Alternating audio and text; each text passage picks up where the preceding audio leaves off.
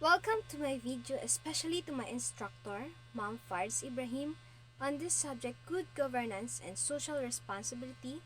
I am Kyla Beatriz Ardado from BSBA MK2A. I am going to answer 4 questions. Number 1. What are the 3 branches of governance? The first branch is executive branch. The executive branch is responsible for enforcing laws and managing the day-to-day operations of the government. The president typically heads this branch and is responsible for making decisions, implementing policies, and overseeing the government's various departments and agencies. Number 2. Legislative branch. The legislative branch is responsible for creating laws. It is composed of the Congress, which is further divided into the Senate and the House of Representatives.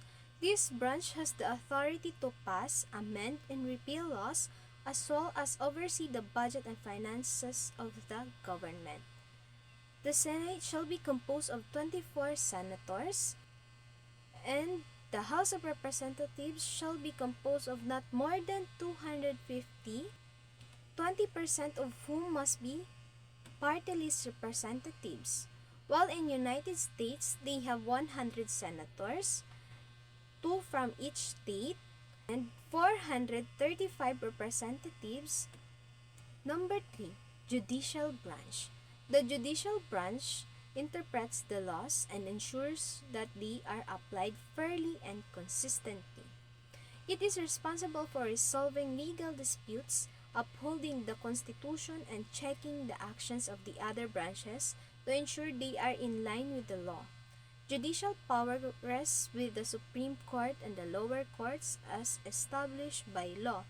Its duty is to settle actual controversies involving rights which are legally demandable and enforceable. It is made up of a Supreme Court and lower courts. Second question, what is the purpose of good governance? Good governance is essential for the effective and efficient functioning of organizations, institutions, and societies. Good governance adds a normative and evaluative attribute to the process of governing. From a human rights perspective, it refers primarily to the process whereby public institutions conduct public affairs, manage public resources, and guarantee the realization of human rights. It ensures an organization's direction, effectiveness, supervision, and accountability. It demonstrates a willingness and ability to act in the organization's best interests, ensuring the operation of effective, open, and ethical processes that adhere to the law and stand up to scrutiny. Overall, the purpose of good governance is to foster trust, legitimacy, and well-being of individuals and communities by promoting ethical, transparent, and accountable practices in governance and decision-making processes. Good governance is essential for promoting democracy, upholding human rights, and achieving sustainable development goals. Number 3 question. What are the 8 basic elements of good governance? Explain each. The first element, participation. Participation is a fundamental element of a good governance that involves engaging citizens in the decision-making processes that affect them. It ensures that diverse perspectives are considered, promotes inclusivity, and enhances the legitimacy of governance structures. Number 2, rule of law. The rule of law is essential for good governance as it establishes a framework of laws and regulations that govern the behavior of individuals and institutions. It ensures that decisions are based on legal principles, promoting fairness, justice, and accountability. Number 3, transparency.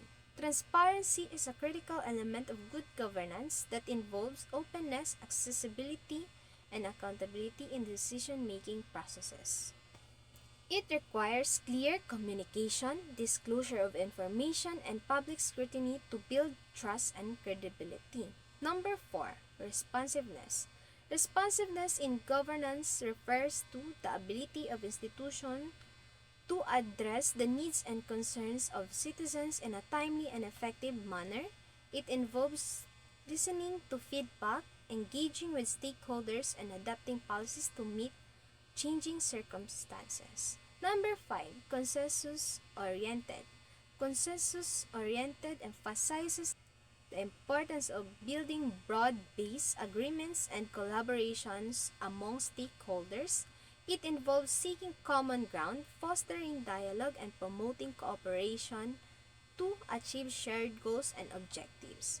Number 6, equity and inclusiveness. Equity and inclusiveness are key principles of good governance that ensure fair and equal treatment for all members of society.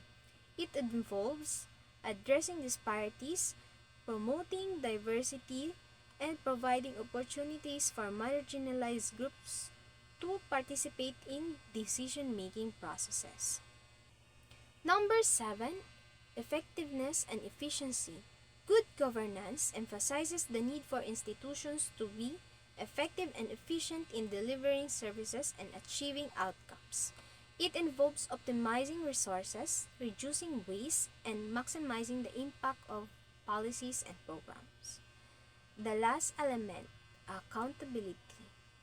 Accountability is a cornerstone of good governance that holds individuals and institutions responsible for their actions and decisions. It involves mechanisms for oversight, transparency, and enforcement of rules to ensure that power is exercised responsibly and ethically. The last question, number 4. As a student, how can you contribute in upholding good governance in our country? As a student, we play a crucial role in upholding good governance in our country by staying informed, advocating for transparency and accountability, engaging in civic activities, promoting ethical leadership, supporting electoral processes, participating in policy discussions, educating others, abiding the law, and embracing diversity and inclusivity. By actively contributing to these areas, we students can help build a more transparent, accountable, and inclusive society, inspiring positive change and shaping a brighter future for the nation. That's all. Thank you.